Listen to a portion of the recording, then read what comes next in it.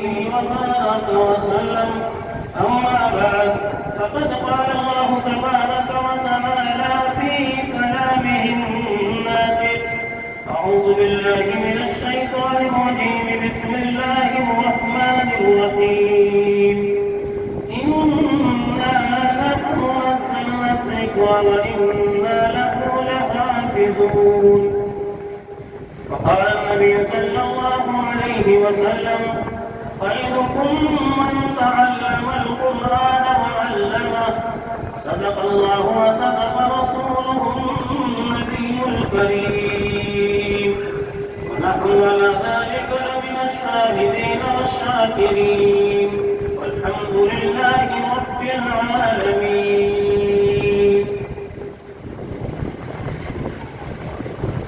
انہی کی محفل سوارتا ہوں، چراغ میرا حیران ان کی. انہی کی محفل سوارتا ہوں، چراغ میرا حیران ان کی. آپ ہی کے مطلب بھی کہہ رہا ہوں، زباں میری ہے بات ان کی. حضرات محترم اور معزز سامعین کرام، وقت 11:15 بجے ہوا چاہتا ہے اور یہ جلسہ بعد نماز عشاء شروع ہو گیا تھا، اور میرے بعد بھی شاید 1 یا 2 مقرر حضرات آپ حضرات کی خدمت میں اپنی واضح و نصیحت پیش فرمائیں گے. اور اللہ کا فضل ہے کہ یہ جلسہ بڑی آب و تاب کے ساتھ منعقد ہوا، اور اس ادارے کے روح رواں، ادارے کے محتمین حضرت مولانا محمد شاہد صاحب قدسہ العالی، جو بڑے تدبر اور بڑی تفکر کے ساتھ میں اس ادارے کی ذمہ داری نبھا رہے ہیں، اہتمام کے فرائض اچھے طریقے سے انجام دے رہے ہیں. جیسا کہ حضرت مولانا عبدالواحد صاحب نے مختصر وقت میں مدرسے کی کارگزاری پیش کی کہ بنیاد کب کیسے سرپرست کون کب رہا، یا کے بعد دیگر اہتمام پر کون کیسے آتا رہا، اور فرمایا کہ مولانا شاہد صاحب کے اہتمام میں آ کر کے ادارے کو 4 چاند لگ گئے. الحمدللہ اپنے وجود سے کہیں زیادہ محنت کر رہے ہیں. اور میں نے جب ہم چائے پر بیٹھے ہوئے تھے، میں نے مولانا شاہد صاحب سے تذکرہ کیا کہ نظام تعلیم کیا ہے، تو مجھے بتلایا کہ نظام تعلیم یہ ہے کہ الحمدللہ حفظ کا شعبہ بڑا کامیاب ہے. وہ الگ بات ہے کہ اس سال ایک ہی بچہ حافظ ہوا، اس سب کی بحث نہیں ہوا کرتی ہے. وہ تو ایسا ہوتا ہے کبھی ایک بچہ، کسی سال میں 5 بچے حافظ ہو گئے، 6 بچے حافظ ہو گئے، تو ایک الگ چیز ہے. لیکن بتلایا کہ بچیوں کی تعلیم کا نظام اتنا مضبوط اور اتنا مستحکم ہم نے بنایا اور شروع کیا کہ بچیاں عالمیت کی تعلیم کی طرف رواں دواں ہیں. اور جب بچی تھوڑی سی بڑی ہو رہی ہے تو ہم نے پھر ان بچیوں پہ پردے کو لازم کیا، برقعے کو لازم کیا، اور ان کو پڑھانے کے لیے معلمات کا انتظام کیا. اور الحمدللہ وہ بچیاں آگے بڑھ رہی ہیں، اور امید یہ ہے کہ چند سالوں میں ہر گھر میں بچی عالمہ نظر آئے گی. اور یاد رہے کہ جب کوئی بچی پڑھتی ہے، یعنی لڑکی پڑھتی ہے، تو کئی خاندان پڑھتے ہیں. اگر ایک مرد پڑھتا ہے، فرد پڑھتا ہے، تو تنہے تنہا وہ اکیلا پڑھ رہا ہے. لیکن جب بچی تنہا پڑھ رہی ہے تو اس کے ساتھ میں کئی خاندانوں کی ذمہ داریاں جڑی ہوئی ہیں. آج وہ کسی کی بچی ہے، اور جب وہ کسی کی بچی ہے تو ظاہر سی بات ہے کسی کی بہن بھی ہوگی، اور ظاہر سی بات ہے جب بہن ہوگی تو اپنے بہن اور اپنے بھائیوں کو وہ اچھی تعلیم، اچھی ترغیب دلائے گی. گھر کا ماحول بنتا ہوا نظر آئے گا، اور آگے چل کر کے جب اس کی شادی ہوگی، نکاح ہوگا، وہ کسی کی بیگم بنے گی تو الحمدللہ اپنے شوہر کو بھی دین کی آہستہ آہستہ وہ رغبت دلائے گی، وہاں بھی سسرال میں بھی جا کر کے اچھا ماحول بنے گا۔ اور جب اللہ تبارک و تعالی اولاد جیسی نعمت سے نوازے گا تو اپنی اولاد کی اچھی تربیت، اچھی تعلیم کا انتظام کرے گی، اور چونکہ ماں کی گود پہلا مدرسہ ہوا کرتا ہے، بہرحال جب ماں اچھی ہوگی اولاد بھی اچھی ہوگی، ماں تعلیم یافتہ ہوگی تو اولاد بھی تعلیم یافتہ ہوگی، پھر آگے چل کے سلسلہ چلتا چلا جائے گا، عمر دراز ہوتی چلی جائے گی، عمر بڑھتی چلی جائے گی، وہ کبھی کسی کی دادی بنے گی، کبھی کسی کی نانی بنے گی، خاندان کے خاندانوں کو تعلیم پلائے گی۔ الحمدللہ ہم یہ کہہ سکتے ہیں کہ اگر ایک بچی پڑھتی ہے، کئی خاندان پڑھتے ہیں، کئی خاندان سنورتے ہیں۔ مسلمانوں اپنی بچیوں کو پڑھاؤ، پردے کی ترغیب دلاؤ، ان کی زندگی میں اماں خدیجہ، اماں عائشہ کی تعلیم کو عام کرو، فاطمہ الزہرا کی تعلیم کو عام کرو۔ اگر یہ سلسلہ رک گیا، یہ سلسلہ بند ہو گیا تو جانتے ہو ہمیں خطرہ یہ ہے کہیں نئی نسل برباد نہ ہو جائے، نئی نسل تباہ نہ ہو جائے۔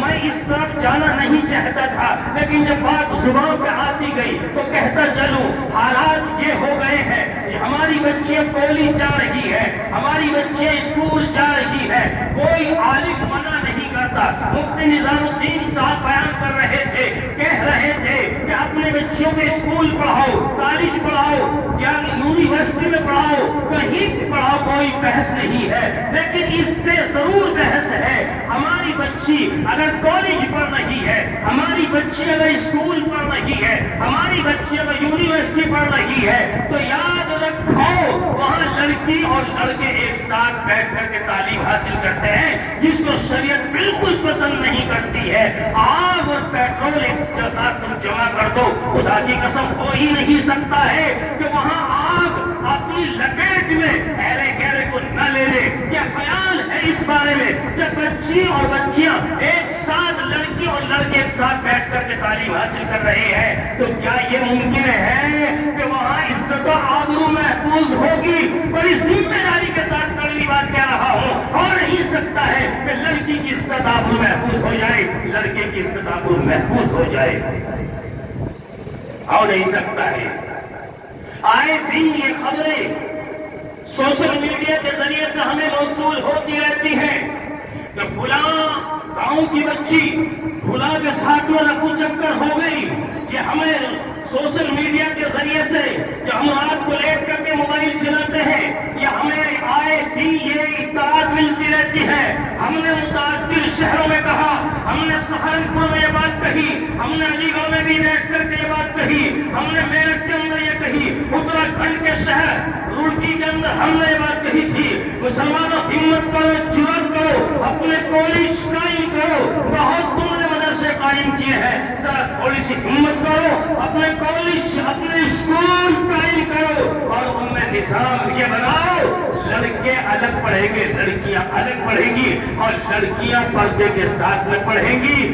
آج ہم کہتے ہیں مول صاحب بچی نیٹ کا پیپر دینے کے لیے گئی تھی، حجاب کی وجہ سے روک دیا گیا، بچی وہاں اسکول جا رہی تھی پیپر دینے کے لیے، حجاب کی وجہ سے بچوں کو روک دیا گیا۔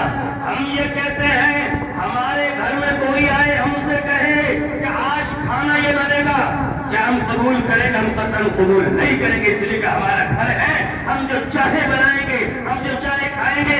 پھر وہ کیسے کہ غیروں کا اسکول ہے، دوسروں کا اسکول ہو، اور تم کہو کہ ہم یہ ڈریس پہن کر کے آئیں گے، ہم حجاب پہن کر کے آئیں گے، ہم چہرے پہ داڑھی رکھ کر کے آئیں گے، وہ قطعاً قبول نہیں کریں گے۔ ہونا یہ چاہیے اپنے کالج قائم کرو، اپنے اسکول قائم کرو، اس کے بعد میں تم کسی بھی طریقے سے اپنی بچے کو بھیج دینا، اپنے بچوں کو بھیج دینا، وہ تمہارا اپنا ہوگا۔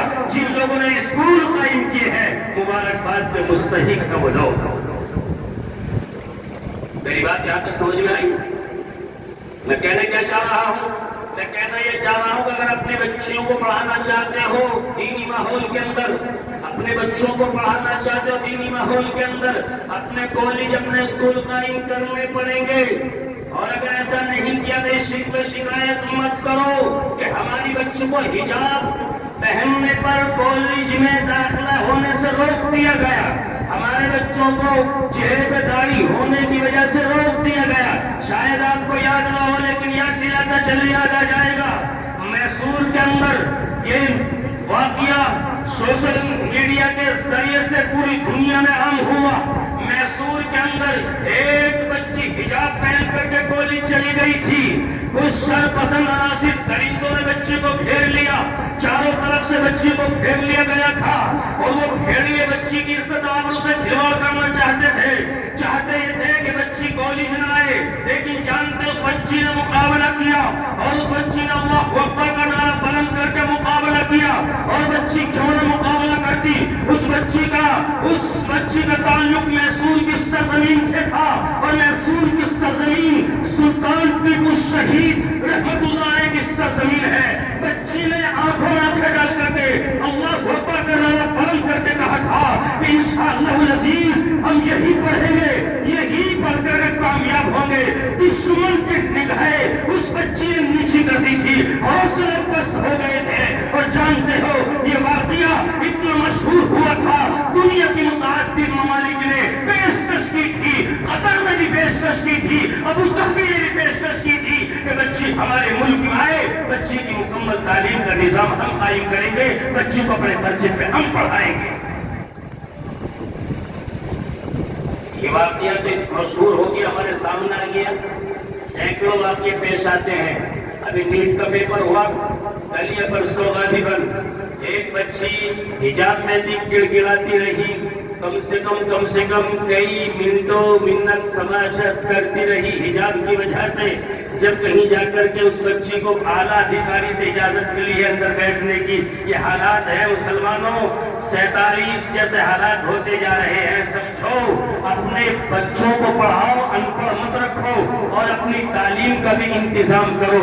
مثلاً بھیکن پور والوں تم چاہو سارا گاؤں مل کر کے صرف 5 سال نہیں 3 سال کے اندر انٹر کالج اپنا الگ کھڑا کر سکتے ہو اور بہترین شاندار طریقے سے چلا سکتے ہو۔ اگر تم اس دور میں کسی کو مات دے سکتے ہو، اگر اس دور میں تم کسی کا مقابلہ کر سکتے ہو، کمپٹیشن میں تم بیٹھ سکتے ہو، وہ صرف اور صرف تعلیم ہے۔ تعلیم کے علاوہ کوئی دوسری چیز نہیں ہے، تعلیم کے علاوہ کوئی دوسری چیز نہیں ہے۔ یہ موضوع نہیں تھا، بات رات نکل گئی۔ میں تو صرف اور صرف قرآن کریم کے متعلق چند باتیں آپ حضرات کی خدمت عرض کرنا چاہتا تھا۔ چونکہ میں نے پوچھا آتے ہی کہ کتنے بچے حافظ ہوئے، مولانا شاہد صاحب نے کہا کہ ایک بچہ حافظ ہوا۔ میں نے کہا الحمدللہ۔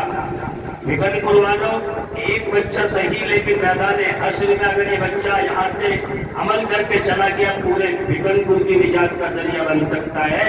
عالم ہوتا ہے، حافظ ہوتا ہے۔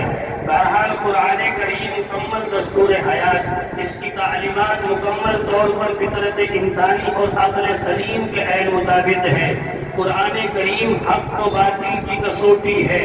قرآن کریم کی تعلیمات سے عرب قوم ایسی طاقتور ہو گئی کہ اس کے آگے قیصر و کسریٰ، روم و فارس سب سر نگوں ہو گئے، سب زیر ہو گئے۔ اور کیوں نہ ہوتے، یہ احکم الحاکمین کا کلام ہے، سلطان السلاطین کا فرمان ہے، سطوت و جبروت والے بادشاہ کا کلام ہے، جس کی ہمسری آج تک نہ کسی بڑے سے بڑے آدمی سے ہوئی اور نہ ہی ہو سکتی ہے۔ اسی طرح کسی انسان کا کلام اللہ کے کلام کا مقابلہ نہیں کر سکتا۔ نبی علیہ السلام کا فرمان ہے، فضل کلام اللہ علی سائر الکلام کفضل اللہ علی سائر خلقی۔ یہی تو وجہ تھی کہ جب حضرت اکرمہ رضی اللہ تعالیٰ عنہ قرآن کریم تلاوت کے لیے کھولتے تھے تو بے ہوش ہو کر زمین پہ گر جایا کرتے تھے، ان کی زبان پر یہ کلمات جاری و ساری ہو جایا کرتے تھے، ھذا کلام ربی، ھذا کلام ربی، یہ میرے رب کا کلام ہے، یہ میرے رب کا کلام ہے۔ میں اس کو اپنی زبان سے کیسے ادا کر سکتا ہوں؟ یہی وہ کتاب ہدایت ہے کہ جس کے نازل ہونے کی خوشخبری تمام سابقہ انبیاء علی نبینا علیہ السلام نے دی۔ یہی وہ خدائی کلام ہے جو لوح محفوظ میں تحریر ہے، جس کی حفاظت پر مقرب ترین فرشتے مأمور ہیں۔ یہی وہ آسمانی دستور حیات ہے جو کبھی مٹایا نہیں جا سکتا۔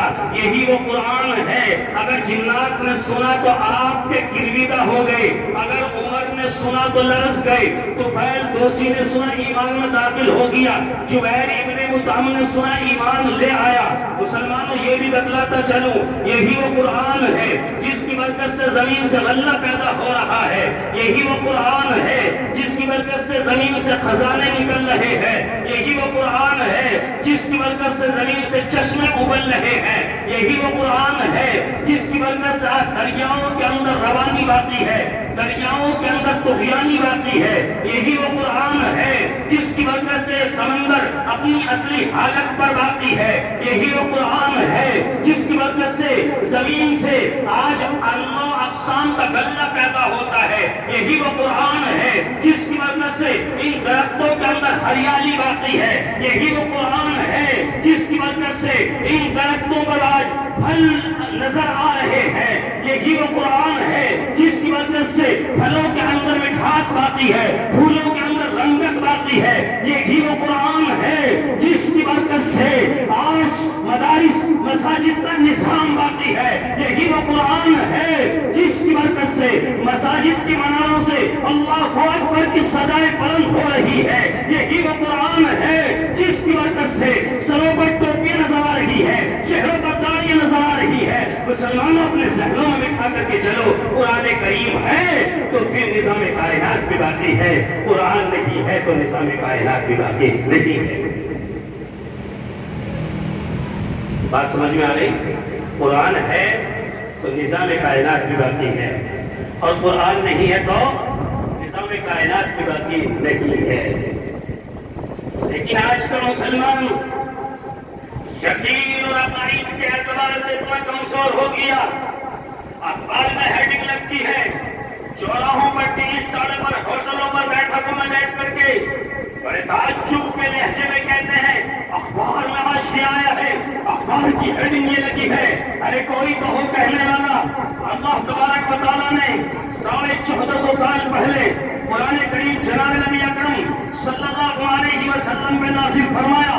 قرآن کریم یہ کہتا ہے، قرآن کریم کی آیت کریمہ یہ کہتی ہے، یہ کون سی بات ہوئی ہے؟ اخبار پہ اتنا اعتقاد ہو گیا ہے، لیکن قرآن کریم ہم پڑھتے نہیں، اسی لیے قرآن کریم پہ ہمارا یقین بھی نہ رہا۔ قرآن اس لیے نازل نہیں ہوا تھا کہ اگر تم نے کوئی دکان بنائی ہے، کوئی مکان بنایا ہے، قرآن اس لیے نازل نہیں ہوا تھا کہ کوئی گاڑی خریدی گئی ہے یا کسی کا انتقال ہو گیا ہے وہاں جا کر کے قرآن کریم پڑھ دیا جائے۔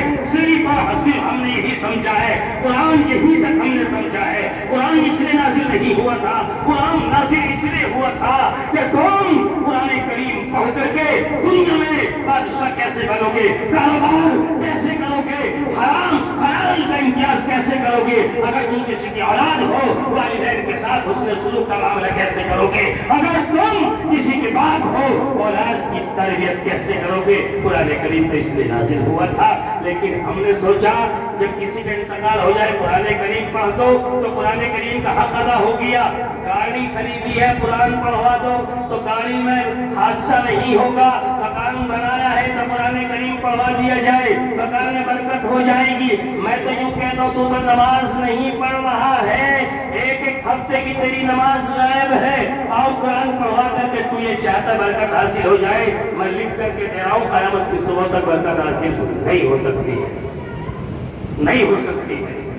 اس کے لیے تجھے انسان بننا پڑے گا، مسلمان بننا پڑے گا، پھر قرآن کی برکت تجھے حاصل ہوگی ورنہ حاصل نہیں ہو سکتی ہے۔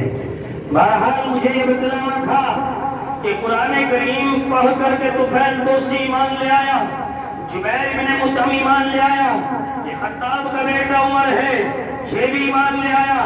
جب بات زبان پہ آتی چلی گئی مسلمانوں بتلاتا چلوں، وہاں حرم کے اندر ایک میٹنگ ہوئی، بلکہ ایک نہیں، حرم کے اندر میرے آقا جناب نبی اکرم صلی اللہ علیہ وسلم کی مخالفت میں دو تین بار میٹنگیں ہوئی ہیں، لیکن میں تین کا ذکر نہ کرتے ایک کا ذکر کروں گا چونکہ وقت کی قلت ہے۔ آیا میں اس لیے مجھے یہ بتلانا ہے کہ میرے آقا جناب نبی اکرم صلی اللہ علیہ وسلم کے دشمن عتبہ، شیبہ، ابو لہب، ابو جہل، یہ مکے کے جتنے بھی چودھری حضرات ہیں سارے کے سارے جمع تھے، سارے کے سارے بیٹھے ہوئے ہیں، اور انہوں نے اپنے چیلے چپاٹوں کو جمع کیا ہے، حرم کے اندر بیٹھے ہوئے ہیں۔ آج ان کا موضوع یہ نہیں ہے ہمیں جنگ کیسے لڑنی ہے، آج ان کا موضوع یہ بھی نہیں ہے ہمیں تجارت کیسے کرنی ہے، ان کا موضوع صرف یہ ہے یہ جو محمد نامی بچہ ہے اس کا گرا پڑتا جا رہا ہے،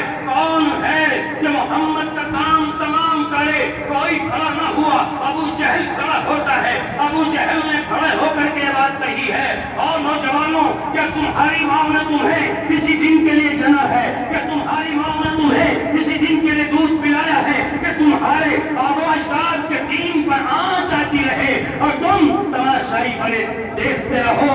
پھر کیا تھا؟ یہ خطاب کا بیٹا عمر کھڑا ہوتا ہے اور کھڑا ہو کر کے یوں کہتا ہے آہا میری ماں نے مجھے اسی دن کے لیے جنا تھا، میری ماں نے مجھے اسی دن کے لیے دودھ پلایا تھا، میں محمد کا کام تمام کر کے رہوں گا۔ ابو جہل آگے بڑھا، آگے بڑھ کر کے ابو جہل نے عمر کے شانے پر ہاتھ رکھا، کمر تھپتھپائی، یہ کہتے ہوئے شاباش عمر، تم ہی سے امید کی جا سکتی ہے، ہمیں تمہارے بازوؤں پہ ناز ہے، ہمیں تمہاری طاقت پہ ناز ہے، اور وہاں یوں کہہ کر کے جاؤ ہمارا ہاتھ تمہارے سر پہ رہے گا۔ یہ خطاب کا بیٹا وہاں سے عہد و پیمان لے کر کے چلتا ہے کہ میں چند ہی لمحوں کے اندر محمد کا سر لا کر کے تمہارے قدموں میں ڈال دیتا ہوں۔ مکے کی دوپہر ہے، مکے کا سورج اپنے شباب پر ہے، مکے کا سورج اپنی جوانی پر ہے، ہاتھ میں ننگی تلوار ہے، چلا جا رہا ہے، پسینہ یہاں سے ٹپک رہا ہے اور چہرے سے غصہ صاف ظاہر ہو رہا ہے۔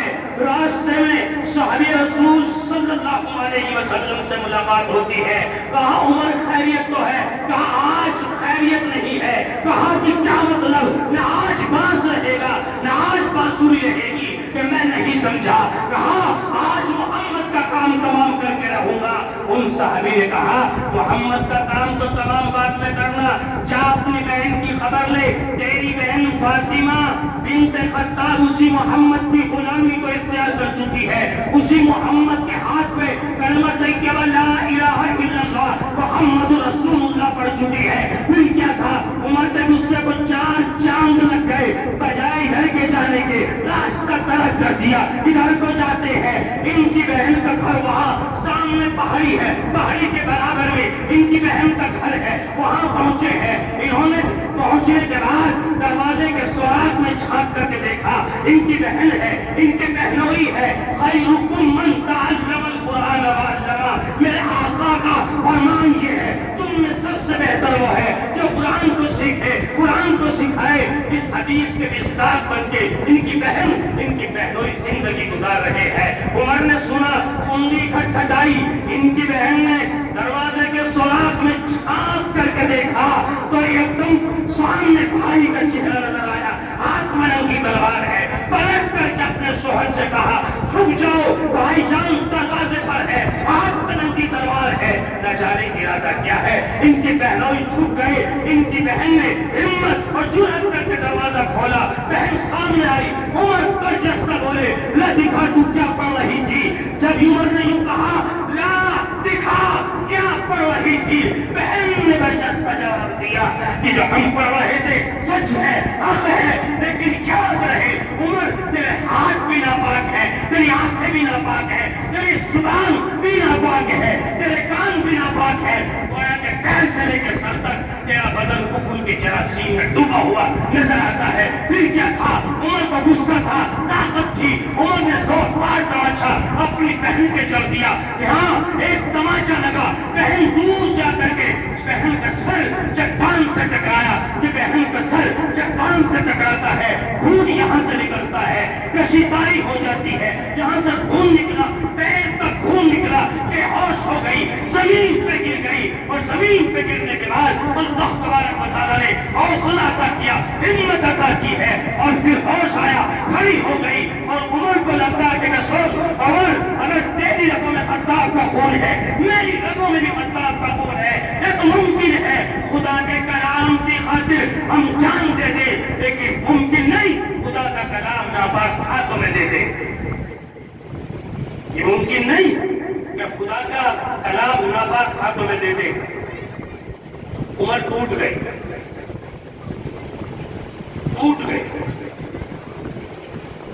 اور جو خاندانی ہوتے ہیں بھکن پور والوں، وہ بہنوں کے سامنے ٹوٹ جاتے ہیں، وہ پھوپھیوں کے سامنے ٹوٹ جاتے ہیں، وہ بیٹیوں کے سامنے ٹوٹ جاتے ہیں.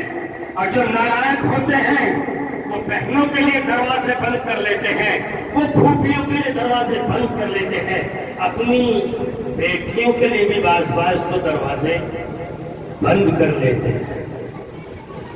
اور جو خاندانی ہوتے ہیں وہ ٹوٹ جاتے ہیں. جب شادی ہوتی ہے نا، کیا ہوتا ہے؟ شادی کے بعد یہ بھائی ایسا کرکٹ کی طرح بہن سے نہیں بدلتا ہے. شادی سے پہلے نہیں سوچتا کہ یہ بہن وہ بہن ہے. 1000 مرتبہ اس بہن نے تیرے کپڑے صاف کرے، تیرے کپڑوں پہ پرہیز کری ہوگی، تجھے کپڑے پیش کیے ہوں گے. شادی سے پہلے کتنی دفعہ اور نوجوان سوچ صرف بہن کا حق ادا کرتے ہوئے کتنی دفعہ تازی روٹی بنائی ہوگی، اور کتنی دفعہ تیرے جوتوں کو چپلوں کو صاف کیا ہوگا، اور کتنی دفعہ تیرے لیے نہ جانے کتنے گھر میں جتن کیے ہوں گے. بہن اور بھائی کا رشتہ اتنا مقدس ہوتا ہے. لیکن جب شادی ہوتی ہے یہ بھائی کرکٹ کی طرح بیگم کے چکر میں آ کے رنگ بدلتا ہے. کہتی ہے اس کی بیگم کہ یہ ہر 8ویں دن چلی آتی ہے، ہر مہینے 2 چکر لگاتی ہے، تو وہ آہستہ آہستہ اپنے شوہر کا دل لگانا شروع کرتی ہے، اور یہ آہستہ آہستہ کرکٹ کی طرح رنگ بدلنا شروع کرتا ہے. اور بہن سے کہتا ہے یہ کیا ڈرامہ کر رکھا ہے تو نے، ان 2-3 بچوں کو لے کر 8ویں دن چلی آتی ہے، مہینے چلی آتی ہے.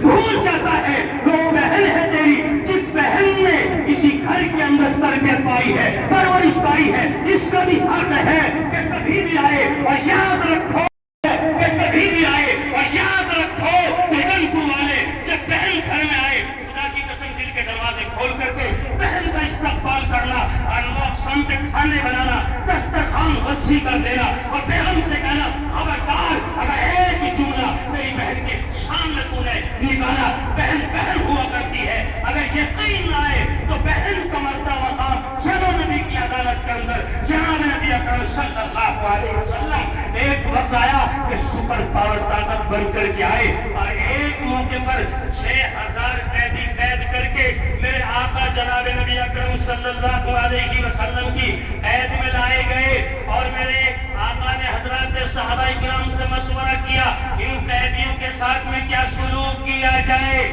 تو یوں کہا حضرات صحابہ کرام نے، یا نبی اللہ، فدیہ لے کر کے، فدیے کی رقم لے کر کے آزاد کر دیا جائے، چھوڑ دیا جائے.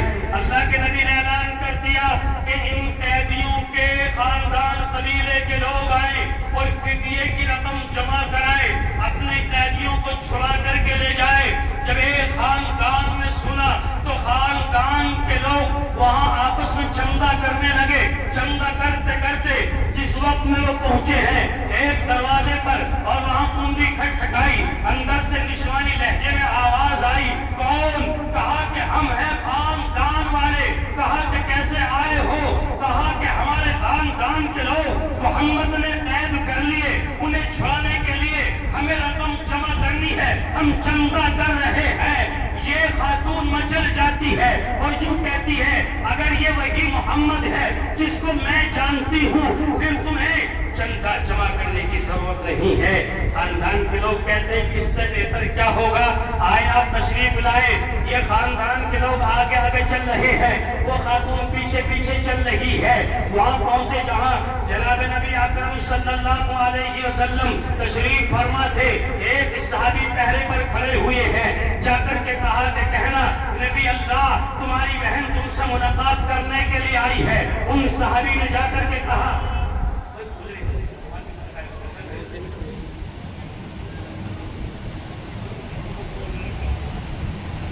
دیکھو یہ نوجوان 4-5 کھڑے، میں بہت کوشش کر رہا کہ بیٹھ جائے، بات کہاں سے ذہن میں آ رہی، بالکل بیٹھنے کو تیار نہیں۔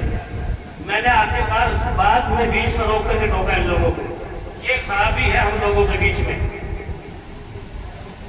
جن کے پاس نہ نبی نہ قرآن نہ شریعت نہ طریقہ کچھ بھی نہیں، اپنے سادھو سنتوں کی بات ایسے سنتے ہیں اور سننے کے بعد ایسے مانتے ہیں کہ انہوں کو ان کرسیوں پہ بٹھا دیا اور تمہاری تقدیر لکھتے اپنے ہاتھ سے۔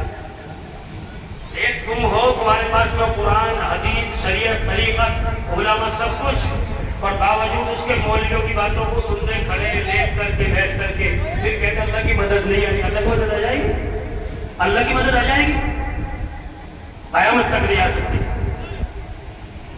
اور نوجوان بیٹھ جائے، یہ اتنا اچھا قالین بچھایا گھر میں بھی نہیں بچھا ہوگا، یہاں وہاں بیٹھے پیچھے۔ مسلمانوں کا سب سے بڑا مسئلہ یہ ہے چپلوں میں بیٹھنا پسند کرتے ہیں، نالیوں میں بیٹھنا پسند کرتے ہیں، جنگلوں میں رہنا پسند کرتے ہیں۔ دیکھو وہاں کون چھپ رہے پیچھے،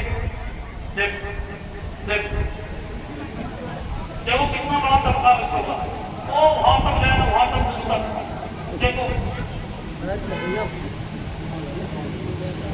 بھائی تم بھی تو نوجوان ہو رہے، تم بچی ہو، نہیں بیٹھ سکتے تم آگے سے، بھائی بٹھاؤ ذمہ دار سا بٹھاؤ، یا تو مدد سے جب یاد رکھو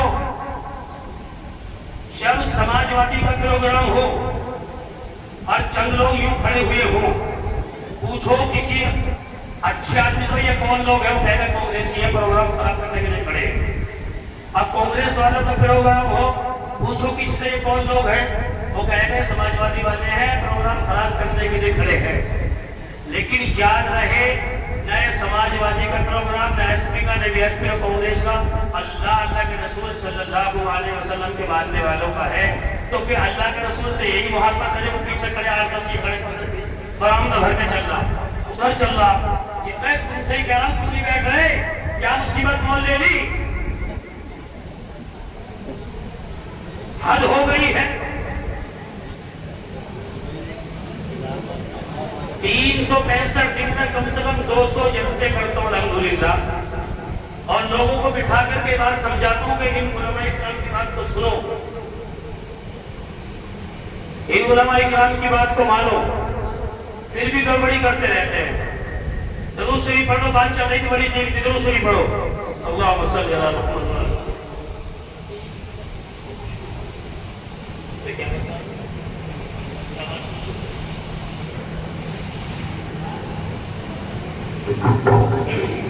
صحابی رسول پہلے پہ کھڑے ہوئے ہیں، جا کر کے کہا کہ جا کر کے کہنا نبی اللہ محمد سے جا کر کے کہنا تمہاری بہن دروازے پر ملاقات کرنے کے لیے آئی ہے۔ میرے آقا جناب نبی اکرم صلی اللہ علیہ وسلم سے کہا گیا تمہاری بہن ہے دروازے پر، ملاقات کرنا چاہتی ہے۔ میرے آقا نے غور و خوض کرنے کے بعد کہا میری اس پوری زمین پہ کوئی بہن نہیں ہے۔ ان صحابی نے آ کر کے کہا اللہ کے نبی کہتے میری کوئی بہن نہیں ہے۔ خاتون نے کہا جا کر کے کہنا وہ خاتون دعویٰ کرتی ہے تمہاری بہن ہے۔ جا کر کے کہا یا رسول اللہ خاتون دعویٰ کر رہی ہے وہ تمہاری بہن ہے۔ اللہ کے نبی صلی اللہ علیہ وسلم نے ارشاد فرمایا اگر دعویٰ کرتی اندر آنے کی اجازت ہے۔ میرے نبی جناب نبی اکرم صلی اللہ علیہ وسلم یہاں تشریف فرما ہے، سامنے سے خاتون چل کر کے آ رہی ہے۔ میرے آقا پہچان گئے کہ یہ میری دودھ شریک بہن ہے، میری رضائی بہن ہے۔ اللہ کے نبی کھڑے ہو گئے، یہ حلیمہ کی بیٹی شیمہ ہے، میرے ساتھ میں بکریاں چرائی ہے، میرے ساتھ بچپن میں جنگلوں میں اکیلیاں کی ہے۔ اللہ کے نبی کھڑے ہو گئے، کھڑے ہونے کے بعد آئی نہ بلال، یوں کہا آئی نہ بلال۔ بلال کہتے لبیک یا رسول اللہ میں حاضر ہوں۔ کہا کہ نبوت والی چادر پھیلا دے۔ آج شیمہ کا مرتبہ مقام یہ ہے کہ آج اس کا بھائی سپر پاور طاقت میں ہے، تو آج شیمہ کا مقام یہ ہے کہ نبوت والی چادر پہ چل کے آئے۔ کسی کو عزت دیا کرتے تھے تو اپنی پگڑیاں بچھا دیا کرتے تھے، اپنی پگڑیاں پیروں میں بچھا دیا کرتے تھے۔ عرب کا دستور یہ تھا، لیکن آج کیسے کہہ دوں یہ وہی عرب ہے جن کی ناک کے نیچے فلسطین کٹتا رہا، غزہ تباہ برباد ہوتا رہا۔ آج میں کیسے کہہ دوں یہ وہی عرب ہے جہاں ڈانس بار غلط کھل رہے ہیں، شراب کی دکانیں وجود میں آ رہی ہے۔ میں کیسے کہہ دوں یہ وہی عرب ہے کہ جہاں لڑکیوں کو ڈرائیونگ کرنے کی اجازت دے دی گئی، لڑکیاں گاڑی چلا رہی ہے، لڑکیاں سگریٹ پی رہی ہے۔ آج میں کیسے کہہ دوں یہ وہی عرب ہے جہاں لڑکیوں کو ہوٹلوں پر بٹھا دیا گیا۔ آج میں کیسے کہہ دوں یہ وہی عرب ہے جہاں شراب عام ہوتی جا رہی ہے، اور جہاں وہاں فلسطین کے بچے کٹ رہے تھے، ایک ایک لمحے میں کئی کئی بچے ذبح ہو رہے تھے۔ ماں کے سامنے بچوں کو ذبح کر دیا، بچوں کے سامنے ماں کو ذبح کر دیا، ان کے سروں سے چھت چھین لی گئی، ان کے زخم پہ لگانے کے لیے مرہم نہیں تھا، ہونٹ سسک رہے تھے، زبان خشک تھی، ایک گھونٹ پانی وہ حلق میں ڈالنے کے لیے پانی میسر نہیں تھا، کھانے کے لیے کھانا میسر نہیں تھا۔ اگر عرب کا شہزادہ محمد بن سلمان کھڑے ہو کر کے کہہ دیتا جنگ بند ہے تو انشاءاللہ جنگ بند ہو جاتی، لیکن یاد رہے محمد بن سلمان یہودی ایجنٹ ہے، یہودی پروردہ ہے، جب سے وہاں کرسی پہ آیا ہے نظام عرب تبدیل کر کے رکھ دیا۔ جب سے محمد بن سلمان اس کو سکھایا، عرب کا دستور، عرب کا نظام بدل کر کے رکھ دیا، لیکن سبق سکھایا۔ ایک ملک کو خدا نے کھڑا کرا اور سب کی رسی اس کے ذریعے سے کھچوا دی، سب کو سبق سکھا دیا۔ اپنا تعلق قرآن سے قائم کرو، اگر تمہارا تعلق قرآن کریم سے قائم ہوگا انشاءاللہ العزیز تمہارا کوئی بال باقا نہیں کرے گا۔ وہ پگڑی دھاری، وہ قرآن کریم کو ماننے والے، وہ قرآن کریم کو پڑھنے والے جانتے اس سپر پاور طاقت کو چھپا دیا، اور قطر کے اندر بیٹھ کر کے بات چیت ہوئی تھی۔ عرب کے قطر کا شہزادہ بیٹھا تھا، وہ پگڑی دھاری بیٹھے تھے، وہ وہاں ادھر دوسری جانب امریکہ کے لوگ بیٹھے ہوئے تھے۔ انہوں نے کہا امریکہ والوں ہم چاہتے ہیں قندھار میں ہمارا ایک ہوائی اڈا ہونا چاہیے۔ ان پگڑی دھاریوں نے کہا ہم بھی چاہتے ہیں واشنگٹن میں ہمارا ہوائی اڈا ہونا چاہیے۔ تو وہاں جانتے ہو قطر کے شہزادے نے کہا تھوڑا ہلکا، کہا کہ تمہارے ہاتھ لگتے ہوں، ہمارے ہاتھ نہیں لگتے۔ دنیا نے دیکھا کہ سپر پاور طاقت کو جھکا دیا، دوسری مرتبہ دوسرے نے جھکا دیا۔ بات سمجھ میں آ رہی ہے؟ آپ تک آ رہی ہے؟ آ رہی۔ اسی لیے قرآن کریم سے تعلق قائم کرو۔ اور قرآن کریم کہاں پڑھایا جاتا ہے؟ قرآن کریم مدرسوں کے اندر پڑھایا جاتا ہے۔ بہرحال وہ واقعہ رہ جائے گا، وقت نہیں ہے۔ میں بتلاتا چلوں کہ عمر نے جس وقت میں کہا کہ لطیفہ کیا پڑھ رہی تھی، ایک تماچا مارا، اور جانتے ہو تماچا مارنے کے بعد پھر ان کی بہن کو ہوش آیا۔ ہوش آنے کے بعد میں کہا تھا عمر صاحب اگر تیری رگوں میں خطاب کا خون ہے تو میری رگوں میں بھی خطاب کا خون ہے۔ ہم قرآن کی خاطر جان کو دے سکتے ہیں، لیکن قرآن ناپاک ہاتھوں میں نہیں دے سکتے۔ عمر ٹوٹ گئے۔ کہا اچھا بتا دکھا، اس کو پڑھنے کے لیے کیا کرنا پڑے گا؟ کہا سامنے چلا جا، وہ جو پہاڑ نظر آ رہا ہے پہاڑ کی برابر میں چشمہ ابل رہا ہے، وہاں چلا جا۔ یہ وہاں گیا، غسل کر کے آیا، اور غسل کر کے آنے کے بعد کالا دکھا تو جب ان کی بہن نے قرآن کریم کا چمڑے پہ لکھا ہوا، وہ چمڑے پہ لکھی چند آیات پیش کی ہے، انہوں نے پڑھنا شروع کیا۔ تاہا ما انزلنا علیک القرآن لتشقی۔ حالات بدلتے چلے گئے، اور یوں کہا اگر یہی ہے خدا کا نازل کردہ کلام، اگر یہی ہے محمد عربی پہ نازل کردہ کلام، میں بھی اس قرآن پہ ایمان لانے کے لیے تیار ہوں۔ بہرحال ان کے بہنوئی چھپے ہوئے تھے، ان کے بہنوئی باہر آئے، اور باہر آنے کے بعد میں کہا عمر مبارک ہو، کل دار ارقم کے اندر، دار ارقم کیا چیز ہے یہ بتلاتا چلوں؟ اگر اجازت تو بتلاؤ دار ارقم کیا ہے؟ حالانکہ وقت نہیں ہے، وقت تو پورا ہو جاتا ہے، لیکن دار ارقم مطلب کیا ہے؟ دار ارقم اسلام کا سب سے پہلا مدرسہ ہے۔ دار ارقم وہ ہے جہاں جناب نبی اکرم صلی اللہ علیہ وسلم حضرات صحابہ کرام کو وہاں دین کی تعلیم دے رہے تھے، قرآن پڑھا رہے تھے۔ اسلام کا سب سے پہلا مدرسہ ہے۔ حالانکہ اس سے پہلے بھی ایک مدرسہ وجود میں آیا، وہ زمین پہ نہیں تھا، وہ آسمانوں پہ تھا، وہاں پڑھانے والا خود پڑھنے والا سب سے پہلا طالب علم سیدنا آدم علیہ السلام تھے. قرآن کہتا ہے وَعَلَّمَ آدَمَ الْأَسْمَاءَ، آدم کو تمام چیزوں کے نام ہم نے سکھلائے. یہ بحث یہاں سے خارج ہے ورنہ بات بڑھ جائے گی. بہرحال دار ارقم اسلام کا سب سے پہلا مدرسہ ہے. ابھی 39 صحابی ہیں، عمر آ رہے ہیں، ان کا 40واں نمبر ہے. بہرحال جس وقت ان کے بہنوئی لے کر پہنچے ہیں دار ارقم، اور دار ارقم میں کنڈی کھٹکھٹائی. ایک صحابی نے دروازے کے سوراخ میں جھانک کر کے دیکھا. اس سے پہلے راحت کی تاریکی میں میرے آقا جناب نبی اکرم صلی اللہ علیہ وسلم نے ہاتھ پھیلا کر کے دعا کی تھی، یا نبی یا اللہ، ابو جہل ابن حشام کے ذریعے یا عمر ابن خطاب کے ذریعے ان دونوں میں سے کسی ایک کو ایمان کی دولت نصیب فرما، ان دونوں میں سے ایک کے ذریعے اسلام کو ترقی عطا فرما، اسلام کو بلندی عطا فرما. لگتا یہ ہے عمر کے حق میں دعا قبول ہو گئی. ان کے بہنوں لے کے چلے، کنڈی کھٹکھٹائی. ایک صحابی نے دروازے کے سوراخ میں جھانک کر کے دیکھا ہے، نبی کی طرف اشارہ کر کے کہا یا نبی اللہ، عمر دروازے پر ہے، ہاتھ میں ننگی تلوار ہے، ارادہ کچھ اور ہی ہے. اس سے پہلے نبوت کچھ بول پاتی، میرا نبی کچھ ارشاد فرماتا. حضور کے چچا جو کڑے ایمان میں داخل ہوئے ہیں بول اٹھے، کہا دروازہ کھول دیا جائے. اگر عمر کی نیت صحیح ہے اہلاً سہلاً مرحبا کہیں گے، ویلکم کہیں گے، خوش آمدید کہیں گے. اگر نیت صحیح نہیں ہے اسی کی تلوار ہوگی، اسی کی گردن ہوگی.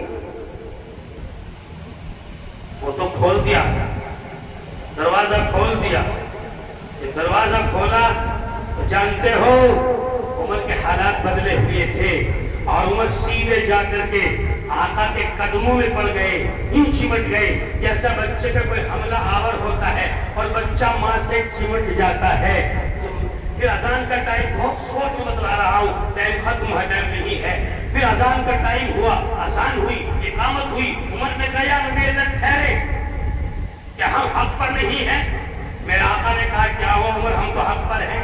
اگر حق پر ہے بند کمرے میں نماز، بند کمرے میں عبادت، بند کمرے میں توحید، بند کمرے میں اس کی اطاعت و عبادت کس لیے؟ کہا عمر تیری قوم ستاتی بہت ہے، تیری قوم رلاتی بہت ہے، تیری قوم تڑپاتی بہت ہے.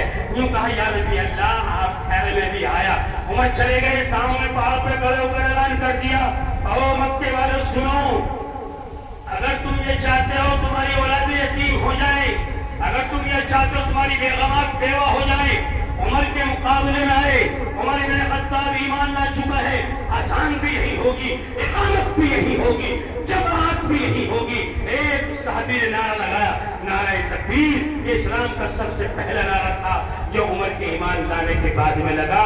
مسلمانوں قرآن سیکھو، قرآن پڑھاؤ. قرآن کہاں پڑھایا جاتا ہے؟ اپنی اولادوں کو قرآن مدرسے میں پڑھاؤ، مدرسے میں پڑھایا جاتا ہے. یہ مدرسہ اس کی تاریخ بتلاتی ہے، 1963 میں قائم ہوا، غالباً 59 سال ہونے جا رہے ہیں. اللہ کرے یہ گلشن، یہ تحفظ القرآن یوں ہی ترقی کرتا رہے. بتاؤ کوئی ہے اس مجمع کے اندر جو قرآن کی محبت میں کہے مفتی صاحب ہم 1 لاکھ روپے دینے کے لیے تیار ہیں؟ کوئی ہے بھگن پور والوں 1 لاکھ روپے اس مدرسے میں دے؟ میری حاضری 8-10 سالوں کے بعد میں ہوئی ہے. میں آیا اس میں 2-3 دفعہ، لیکن کئی سالوں کے بعد میرا آنا ہوا. کوئی ایک آدمی کھڑا ہو جائے، بھگن پور کا چودھری کھڑا ہو جائے، کھڑا ہو کر کے کہے قرآن کی محبت میں، مدرسے کی محبت میں 1 لاکھ روپے ہم دیں گے. ہے کوئی 1 لاکھ روپے